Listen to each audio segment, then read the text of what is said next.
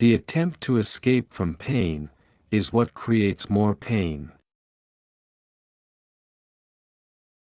Adults envy the open-hearted and open-minded explorations of children. Seeing their joy and curiosity, we pine for our own capacity for wide-eyed wonder.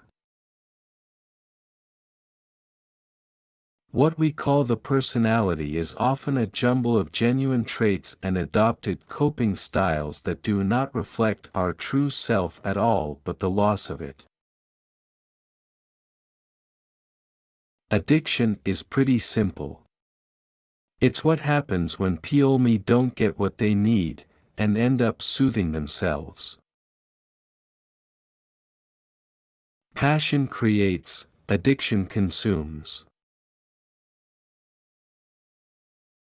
It is impossible to understand addiction without asking what relief the addict finds, or hopes to find, in the drug or the addictive behavior.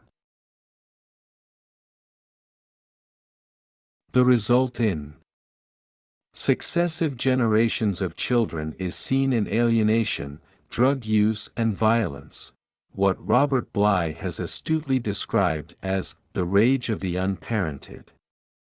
Bly notes in the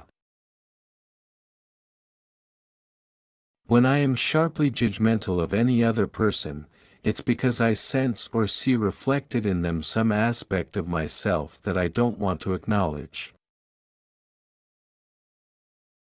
Learn to read symptoms not only as problems to be overcome but as messages to be heeded. Since the immune confusion that leads to disease reflects a failure to distinguish self from non-self, healing has to involve establishing or reclaiming the boundaries of an autonomous self. While it is true that genuine joy and satisfaction enhance physical well-being, positive states of mind generated to tune out psychic discomfort lower resistance to illness.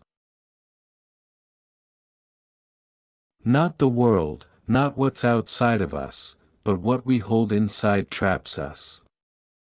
We may not be responsible for the world that created our minds, but we can take responsibility for the mind with which we create our world. It is no accident that in all major religions the most rigidly fundamentalist elements take the harshest, most punitive line against addicted people. Could it be that they see their own weakness and fear, and false attachments, reflected in the dark mirror addiction holds up to them? The difference between passion and addiction is that between a divine spark and a flame that incinerates. Not why the addiction but why the pain. In the real world there is no nature versus nurture argument, only an infinitely complex and moment-by-moment interaction between genetic and environmental effects. Boredom, rooted in a fundamental discomfort with the self, is one of the least tolerable mental states. I needed to write, to express myself through written language not only so that others might hear me but so that I could hear myself. No society can understand itself without looking at its shadow side.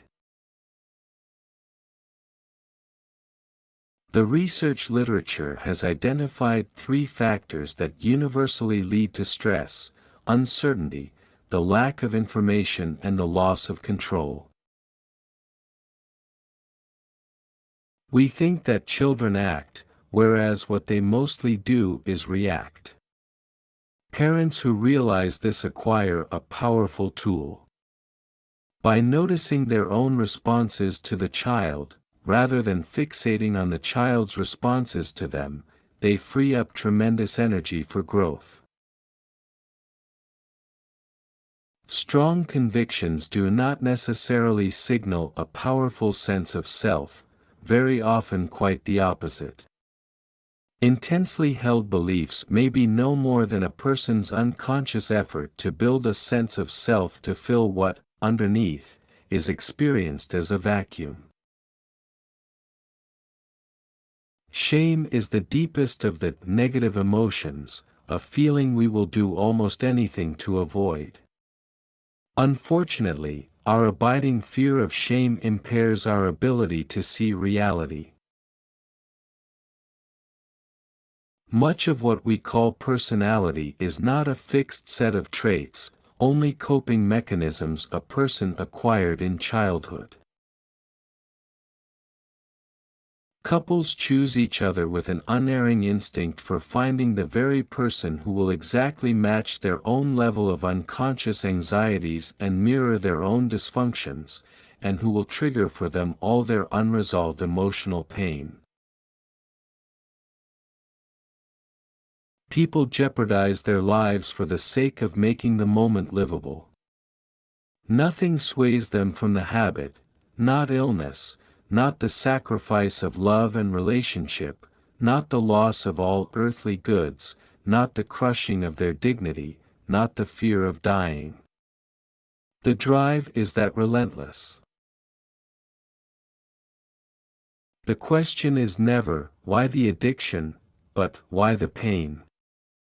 The research literature is unequivocal: most hardcore substance abusers come from abusive homes.